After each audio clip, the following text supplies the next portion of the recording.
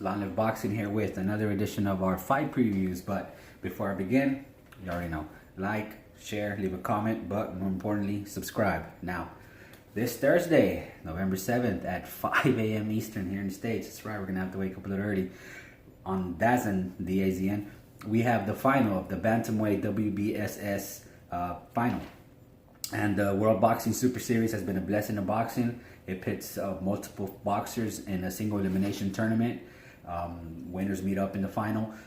And for this final, we have one of boxing's best kept secrets, one of boxing's regulars on the pound for pounds list. His name is Naoya Inoue, aka the Monster. He's from Japan.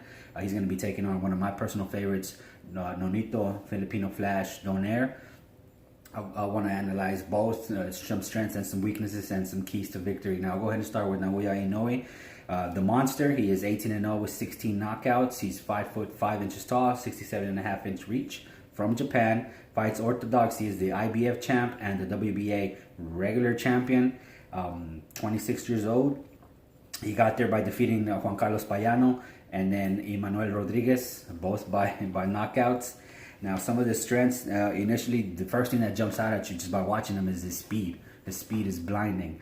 And then when you combine that to the fact that his other strength is his power, and then you add on that his punches are diverse, meaning he can throw any punch in the arsenal. He can hit you with the left jab to the face, left hook to the face that'll drop you. He'll drop you with the body shots, or he can drop you with the right cross. I mean, he's just that good. Every punch in both hands, they'll hurt you. And also, he's very smart, very patient. He can be aggressive when he needs to, but most of the time, he likes to stalk his opponents and then just unload when he sees an opening. Now, some of the keys to victory for him is that he's going to have to not let Nonito Donaire get comfortable, because Nonito Donaire is a veteran.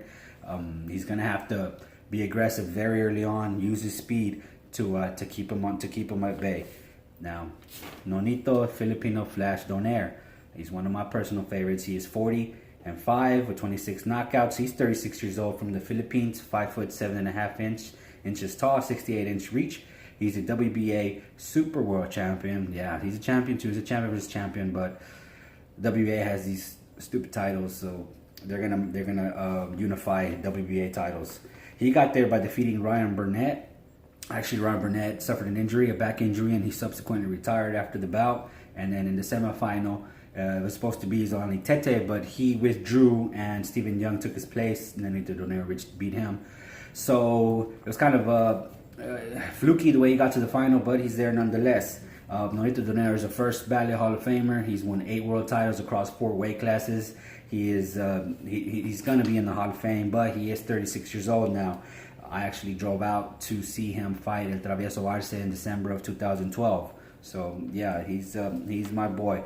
Now, I'll go ahead and start with his biggest strength, and it's well known, is his left hook. That is his bread and butter money punch, is the left hook. He knocked Fernando Montiel down with a sensational knockdown. I have no idea how Montiel got up from that, but he did, only to get knocked out again. It was ESPN's knockdown of the year, if I'm not mistaken. So that left hook, patented left hook from Nonito Donaire. He will be the taller fighter in this fight. He will have the longer reach, and he's gonna have to use that to keep the Monster at bay. And also the experience. This is by far the most decorated fighter that the Monster Inoue has faced. The Filipino Flash in his prime was was a regular on HBO, regular staple there at a time when the lower weight classes weren't necessarily getting a lot of attention. That's how good Nonito was. He was very good. And some of his weaknesses, and his biggest weakness, is that at this point in his career, he seems to just wait and is on one punch, and it's the left hook. He negates his offense by just simply sitting back, waiting on the home run. His key to victory, he's gonna have to get out of that mind frame of trying to land the home run. He's gonna have to keep the Monster at bay by using his height and using his reach. Don't engage. Don't be so quick to engage, and try to avoid the body or land it carefully, because those counters will come, and they'll come fast. Now, the pick. excluding the second pro fight of Nonito Donaire, has suffered a loss in the second pro fight. There have only been 4 people that have beat him: Carl Frampton, Jesse Martelano, Nicholas Walters, and Guillermo Rigondo. That's some elite company. After Thursday, there's going to be a sixth, well, technically 6th. It's going to be the Monster Inoue. I'm picking him by stoppage, 9th, 10th round, somewhere around there. I can't see Nonito putting up much of a fight. Hopefully he walks away fine, his health intact. The last 4 fights for the Monster have lasted a total of 6 rounds.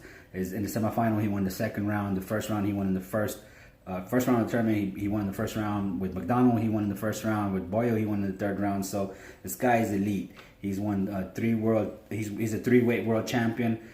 He belongs in the list with Vasily Lomachenko, Terence Crawford, Canelo, and all the pound for pound greats.